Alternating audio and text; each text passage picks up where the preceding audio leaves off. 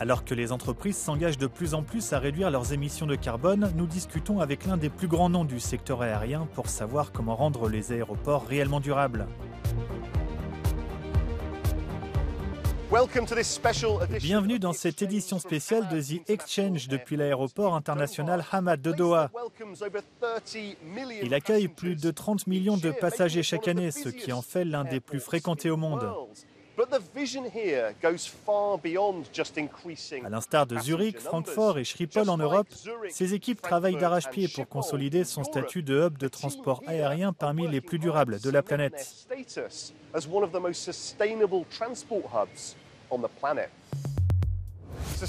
La durabilité dans le secteur s'est considérablement accrue ces dernières années. Les partenaires de l'alliance One World se sont par exemple engagés à atteindre le net zéro d'ici à 2050.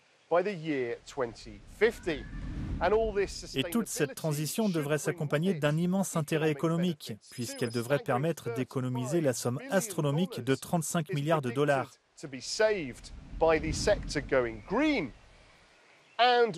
La réutilisation des déchets organiques est également en plein essor.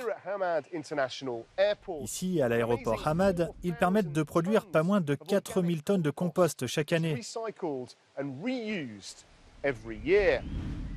En matière de durabilité dans le secteur, il semble effectivement que ces initiatives décollent. Et les grands patrons prennent les choses au sérieux. C'est pour cette raison que je me trouve à l'aéroport international Hamad, où l'une des personnalités les plus éminentes du secteur m'a accordé une interview exclusive. Votre Excellence, merci beaucoup d'être avec nous dans The Exchange. Vous êtes l'un des dirigeants les plus connus du secteur aérien et vous avez vous-même soutenu la durabilité, n'est-ce pas? Pour transformer un avion, on voit comment faire. On peut le construire et l'alimenter en carburant de manière plus durable. Mais comment s'y prendre pour créer un aéroport vert? Ce que nous faisons ici, c'est essayer de recycler l'eau. Ainsi, toute l'eau qui est utilisée pour la végétation autour de l'aéroport et le long des routes d'accès provient du traitement des eaux usées. Nous essayons d'économiser l'énergie en rendant l'aéroport très lumineux pendant la journée pour moins consommer l'électricité. En ce qui concerne notre compagnie aérienne, nous essayons autant que possible de contribuer à la réduction de nos émissions de carbone. C'est pourquoi Qatar Airways investit continuellement dans des avions de nouvelles technologies. Chaque fois que nous achetons un nouvel avion, il est 20 à 22% plus économe en carburant que le précédent. Donc nous faisons tout ce que nous pouvons, même s'il y a des limites à ce que nous pouvons faire. Est-il vraiment possible de réussir au plan commercial à court et à moyen terme tout en s'engageant sur la voie de la durabilité? Évidemment, nous voulons protéger notre planète. Il s'agit de l'avenir de nos enfants et de nos petits-enfants. Et personne n'est plus déterminé que Qatar Airways et l'État du Qatar à faire en sorte que nous produisions le moins de carbone possible. C'est pourquoi notre compagnie investit dans les nouvelles technologies. Nous avons eu la chance de vous recevoir en tant que premier invité pour le lancement de l'émission à l'été 2021. Depuis, beaucoup de choses se sont passées. Le secteur s'est relevé du Covid et la Coupe du monde de football a connu un succès retentissant. Quelle est la prochaine étape? Quels sont les principaux objectifs que vous avez? Être en croissance, être durable et fournir le niveau de service dont nous sommes tous si fiers. Évidemment, la compagnie aérienne et l'aéroport sont les fleurons de mon pays. Merci d'avoir été avec nous dans The Exchange. Mais ce n'est pas seulement le fonctionnement d'un aéroport comme celui-ci qui aide le secteur à devenir plus vert. Les entreprises européennes fournissent des composants qui aident les compagnies à devenir plus durables. Le reportage de Jack Parrock. Oui, bonjour Guy. Je suis ici chez Sonaca, une entreprise du sud de la Belgique dont la priorité est de rendre ses lignes de production plus durables. Ces équipes fabriquent des volets pour les ailes d'avion qui sont utilisés lors du décollage et de l'atterrissage. Leur structure est de couleur verte, mais ils sont aussi totalement conformes à l'ambition durable du secteur aérien qui vise à atteindre la neutralité carbone d'ici à 2050.